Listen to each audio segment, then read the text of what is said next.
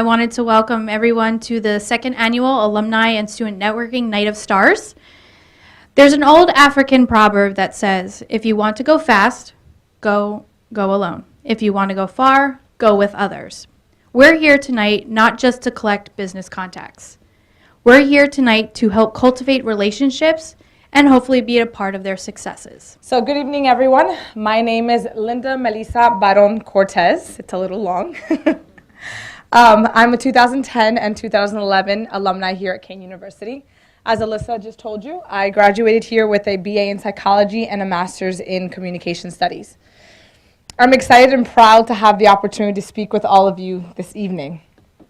I would like to start by asking all of you a question. So I want you to think long and hard about this question, and then I'm going to tell you what my answer was to that question.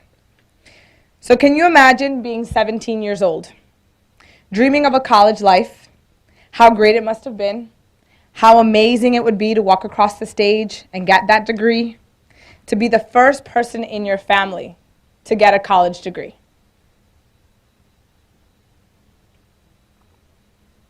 Now, can you imagine being told that you are illegal, that you don't possess a social security number, that you do not possess a green card, and that means that you cannot go to college? You cannot receive the scholarship that you so hardly earned with all your hours of studying. All that hard work means nothing because you're illegal. That was my reality when I was 17 years old, about to embark on my senior year of high school. But with great effort, hours of reading, researching, and hard work, and most important, through asking questions and making connections, I was able to help my family find the path to the green card and eventually to American citizenship. None of this would have been possible if I did not exercise the most powerful tool that I have, my voice. Each and every person in this room has something to say. And trust me, there is someone ready and willing to listen. What do I have to say? I say speak, listen, process, and then speak again. Tonight we're gathered here to speak about a very important topic, networking. So then, listen. Many of us have heard the popular phrase, it's not what you know, but who you know. Raise your hand if you've heard that phrase. Great. So, why do we say that phrase? Because knowing a lot of people in the right places is important for growing your business and your personal career. But these acquaintances and potential allies and partners can help expand your reach. They can even help open doors. But that's the point. They can only open doors. So, have you ever asked yourself, what do you do? And even more important, what do you say once the door is open? Networking isn't just about meeting people, getting their business cards, following up with really nice emails, and all those delightful words. It's about making true connection with others. It's about turning those connections into those friendships, allies, and future partnerships. So the question I believe that students should really be asking is, how do I make connections? And guess what? That's the easy part. I already told you the answer. It was speak, listen, process, and then speak again.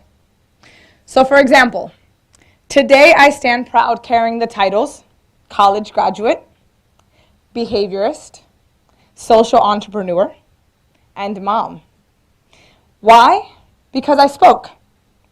I used my powerful tool, my voice, to ask questions in my classes. Throughout my career, I listened to others and those that were wiser than me and held the positions that I once and one day wanted to hold. I processed those words, those ideas, and those suggestions, and even those criticisms. I internalized those words using my education, my experiences, and my life skills to speak again with confidence and with humbleness. So for example, I began here teaching at Kane University right out of graduate school. During my graduate studies, I would speak up and ask questions engage with my professors, in and outside of the classroom, making most of my time as a student and learning as much as I could while I was here.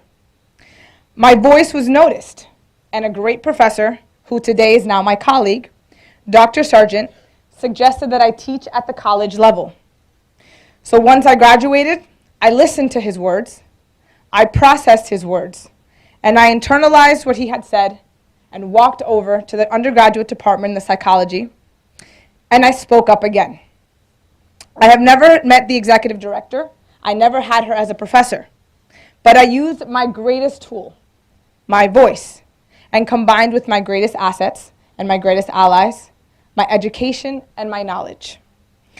I made the connection. I followed up with that connection. I listened to her words, I processed and I internalized what needed to be done, and I spoke up again, again, and again. I followed up with Dr. Avioli periodically from the months of May until the months of August, when I received that email that actually changed my life.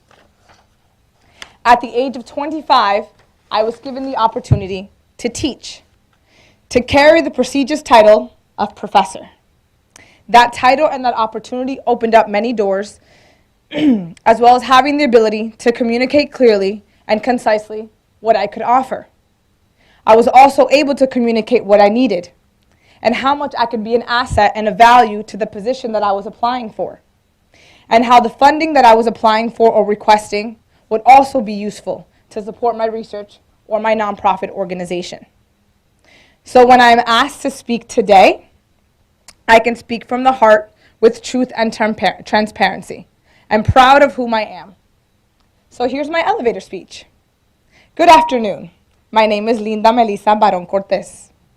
I am a tenacious, determined, strong-willed woman. I founded 2 companies by the time I was 30.